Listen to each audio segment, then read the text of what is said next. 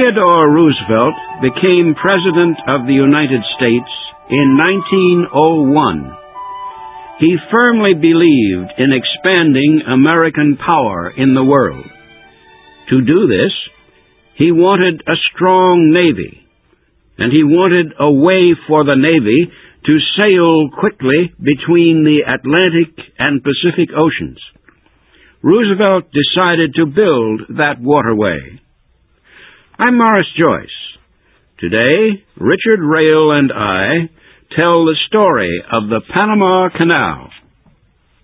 For many years, people had dreamed of building a canal across Central America to link the Atlantic and Pacific Oceans. The most likely place was at the thinnest point of land, Panama. Another possible place was to the north, Nicaragua. President Roosevelt appointed a committee to decide which place would be better. Engineers said it would cost less to complete a canal that had been started in the 1880s in Panama. But the United States would have to buy the land and building rights from a French company. The price was high, more than $100 million. So the committee decided it would be less costly overall to build a canal in Nicaragua. The proposal went to the United States Congress for approval. The House of Representatives quickly passed a bill to build the Nicaragua Canal. Then, the French company reduced its price for the land and building rights in Panama. It decided some money was better than no money at all. President Roosevelt was pleased. He gave his support to the Panama Plan. When the Senate began debate, however, it appeared the Nicaragua Plan would win. Then, a volcano exploded in the Caribbean area. A city was destroyed. 30,000 people were killed. Soon, reports said another volcano had become active and was threatening a town.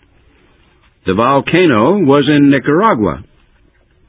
Nicaragua's president denied there were any active volcanoes in his country. But one of Nicaragua's postal stamps showed a picture of an exploding volcano. That little stamp weakened support for the Nicaragua Canal.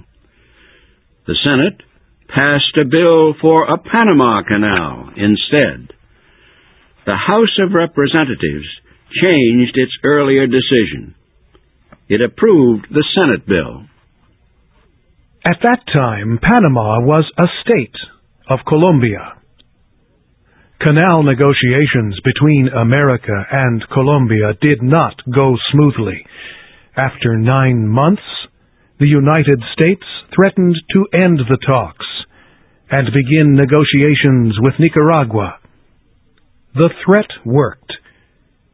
In January 1903, Colombia signed a treaty to permit the United States to build the Panama Canal. The treaty gave the United States a canal zone. This was a piece of land 10 kilometers wide across Panama. The United States could use the canal zone for 100 years. In exchange, it would pay Colombia $10 million plus $250,000 a year. The United States Senate passed the treaty within 2 months. The Colombian Senate rejected it. The Colombian government demanded more money. President Roosevelt was furious. He saw the issue in terms of world politics, not simply Colombia's sovereignty. He said, I do not think Colombia should be permitted to bar permanently one of the future highways of civilization. Roosevelt was ready to take over Panama to build the canal. That was not necessary. A revolt was being planned in Panama to gain independence from Colombia. The United States made no promises to support the rebels, but it wanted the rebels to succeed. Under an old treaty, Colombia had given the United States the right to prevent interference with travel across Panama. Now, the United States used the old treaty to prevent interference from Colombian troops. Several American warships were sent to Panama. The local leader of the Panamanian revolt was Manuel Amador. Amador had the support of the French company that still owned the rights to build the Panama Canal. The chief representative of the company was Philippe Binovarilla. He worked closely with an American lawyer, William Cromwell. Binovarilla and Cromwell provided Manuel Amador with a Declaration of Independence, a constitution, and money. Amador used the money to buy the support of the Colombian military commander in Panama City, the capital. He also got the support of the governor, who agreed to let himself be arrested on the day of the revolt. Amador formed a small army of railroad workers and firefighters. The rebel army planned to take over Panama City on November 4th, 1903. Just before that date, 500 Colombian soldiers landed at Colon, 80 kilometers away. The soldiers could not get to Panama City, however. All but one railroad car had been moved to the capital. Manuel Amador gave a signal. The revolution began. There was a little shooting, but no one was hurt. Most of the shots were fired into the air to celebrate the call for Panama's independence. Colombian officials were arrested quickly. Then Amador made a speech. He said, "Yesterday we were slaves of Colombia. Today we are free. President Theodore Roosevelt has kept his word. Long live the Republic of Panama! Long live President Roosevelt!" Colombia asked the United States to help it regain control of Panama. The United States refused. It said it would oppose any attempt by Colombia to send more forces there. The United States also recognized Panama's independence. And almost immediately, it started negotiations with the new government on a canal treaty. The two sides reached agreement quickly. The treaty was almost the same as the one the Colombian Senate had rejected earlier. This time, however, the canal zone would be 16 kilometers wide instead of 10, and the United States would get permanent control of the canal zone.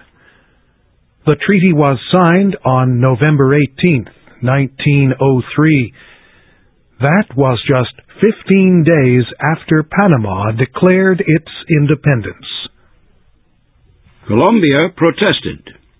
It said the United States had acted illegally in Panama. Many American citizens protested, too. They called President Roosevelt a pirate. They said he had acted shamefully. Some members of Congress questioned the administration's deal with the French Canal Company in Panama. Several investigations examined the deal. Theodore Roosevelt did not care. He was proud of his success in getting the canal started. He said, "I took the canal zone and let Congress debate. And while the debate goes on, so does work on the canal." It took 10 years for the United States to complete the Panama Canal. The first ship passed through it in August 1914. In that same year, the United States signed an agreement with Colombia. The agreement expressed America's regret for its part in the Panamanian Revolution, and it provided a payment of $25 million to Colombia. Theodore Roosevelt was no longer president when the agreement was signed, but he still had many friends in the Senate. He got them to reject it. After Roosevelt's death, the United States signed another agreement with Colombia. The new agreement included the payment of $25 million. It did not include the statement of regret. The Senate approved the new agreement. The issue of America's involvement in Panama caused much bitterness in other countries of Latin America. Some did not feel safe from American interference. President Roosevelt said the United States would not interfere with any nation that kept order and paid what it owed. Roosevelt was worried because some Latin American countries were having difficulty repaying loans from European banks. He did not want the issue of non-payment used as an excuse for European countries to seize new territory in the Western Hemisphere. Roosevelt said the United States was responsible for making sure the debts were paid. His policy led to further United States involvement in Latin America.